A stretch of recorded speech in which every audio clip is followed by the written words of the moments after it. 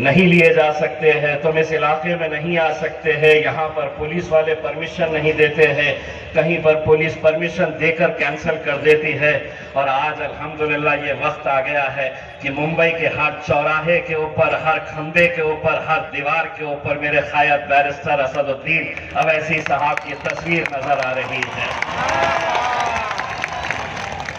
मैं बहुत बहुत शुक्रगुजार हूं हमारे मलार के मजलिस की पूरी टीम का, हमारी बहन रिजवाना ईसा का, नासिर कुरैशी साहब का और इरफान खलीफा साहब का। मुझे बता रहे थे कि बहुत तकलीफें दिए हैं, कई जगह के ऊपर पोस्टर्स और होर्डिंग्स फाड़ने की कोशिश की गई, कई जगह के ऊपर फाड़े हैं। तो जिन्होंने भी ये जुर्रत की है उनको इतना बता दूं कि हम इतने भी शरीफ नहीं है।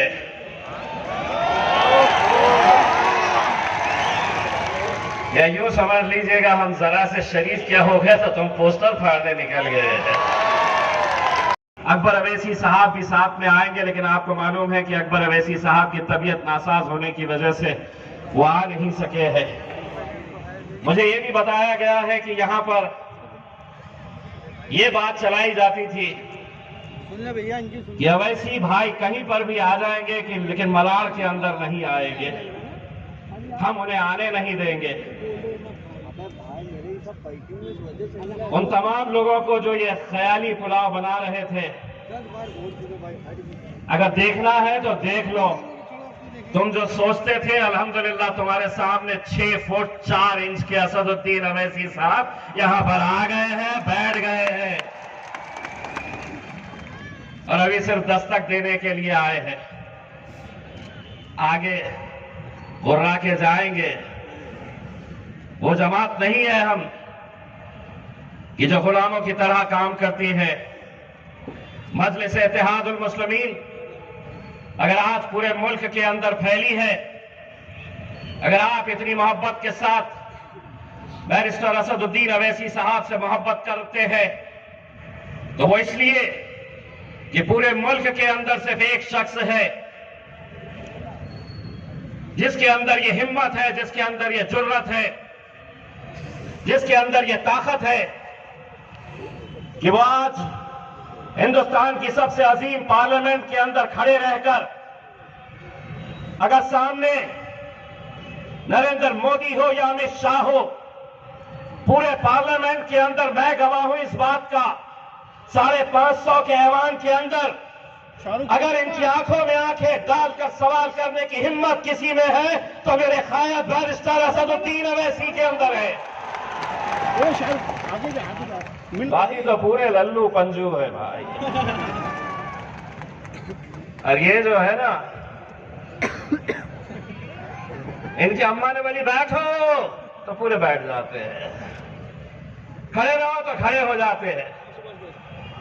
मुझे एक बात यहां पर बताई गई है कि मालवनी इलाके के अंदर बहुत सारी गरीब बस्तियां हैं, लेकिन मालवनी की पहचान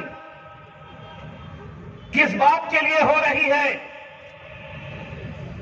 तो नशे के कारोबार के लिए हो रही है। मैं मालवनी की पुलिस को यह बताना चाहता हूं, अगले कुछ दिनों का हम वक्त दे रहे,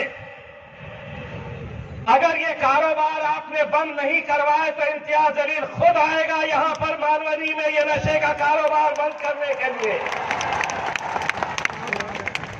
मैं मालवनी पुलिस के तमाम वरिष्ठ अधिकारियों को यह कह रहा हूं कि हम अपनी आंखों के सामने हमारी नौजवान नस्ल को बर्बाद होते हुए नहीं देख सकते,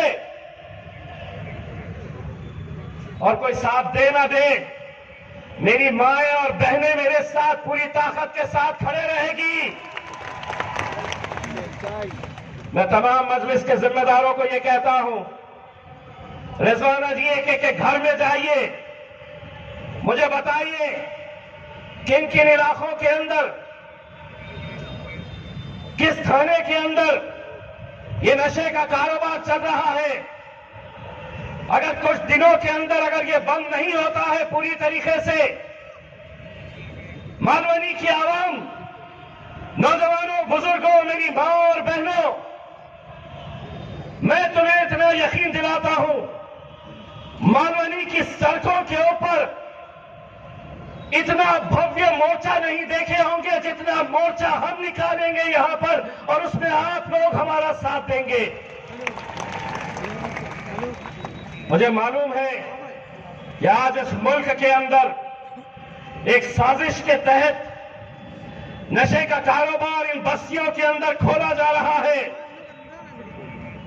यकीन मानिए, अगर पुलिस चाही, सरकार चाही, प्रशासन चाहा, 24 घंटे के अंदर ये बंद कर सकते हैं।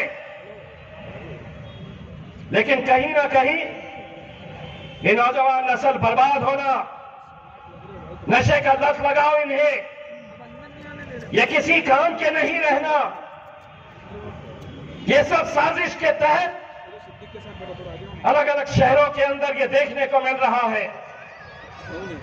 मुझे यकीन है यहां की पुलिस इस बात को संजीदगी से लेगी और ये कारोबार बंद करेगी। अगर नहीं करेगी तो इम्तियाज जलील सड़क के ऊपर उतरेगा और यहां पर एक भव्य मोर्चा निकालेगा, पुलिस के खिलाफ निकालेगा कि तुम नहीं बंद कर रहे।